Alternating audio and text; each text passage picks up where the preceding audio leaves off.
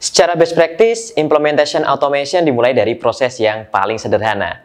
Namun seperti apa proses yang sederhana itu? Dan apa parameter yang bisa Anda gunakan untuk menentukan kompleksitas suatu proses untuk diotomatiskan? Yuk kita simak di video kali ini.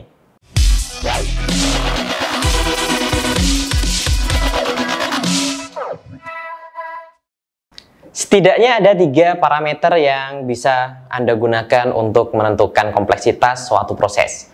Yaitu yang pertama input, kedua proses, dan ketiga IT environment.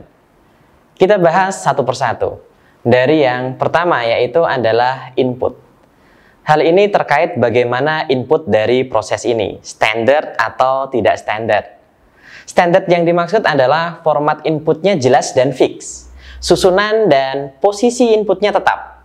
Misal sebuah invoice, maka detail dari invoice tersebut seperti tanggal, nomor invoice, jumlah, dan sebagainya, susunan dan layoutnya itu fix jelas sehingga lebih mudah dibaca oleh bot. Berikutnya, masih mengenai input, apakah inputnya itu terstruktur? Input data yang terstruktur, misalnya suatu invoice, dalam bentuk format digital, tipe datanya jelas dan dengan mudah nantinya bisa diambil oleh bot ini untuk kebutuhan prosesnya.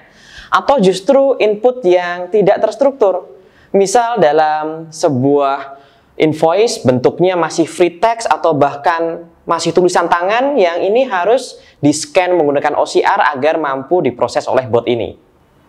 Semakin inputnya mendekati hal yang standar dan terstruktur, maka proses ini menjadi semakin sederhana.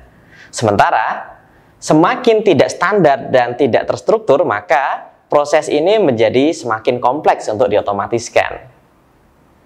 Hal yang kedua adalah proses itu sendiri. Ini terkait bagaimana proses berjalan saat ini. Berapa banyak orang yang terlibat? Berapa banyak langkah yang perlu dilakukan untuk menjalankan prosesnya? Berapa jumlah screen yang ada di dalam proses tersebut?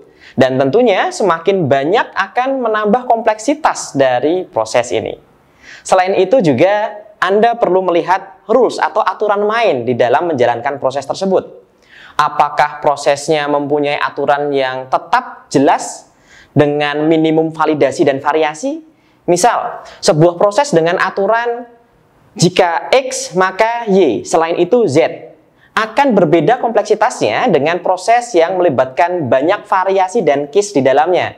Apalagi ketika ada sebuah percabangan yang perlu ditentukan atau diputuskan oleh manusia itu sendiri berdasarkan pengalamannya, berdasarkan kemampuan berpikir, dan berdasarkan faktor-faktor lain yang dimiliki oleh si manusia ini.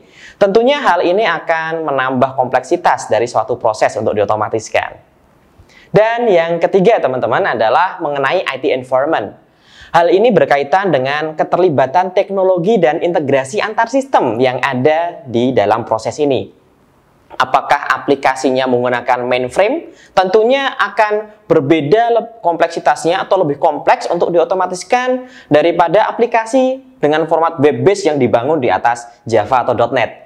Selain itu, semakin banyak integrasi dengan aplikasi lain dan variasi metode integrasinya, maka akan semakin menambah kompleksitas dari sebuah proses.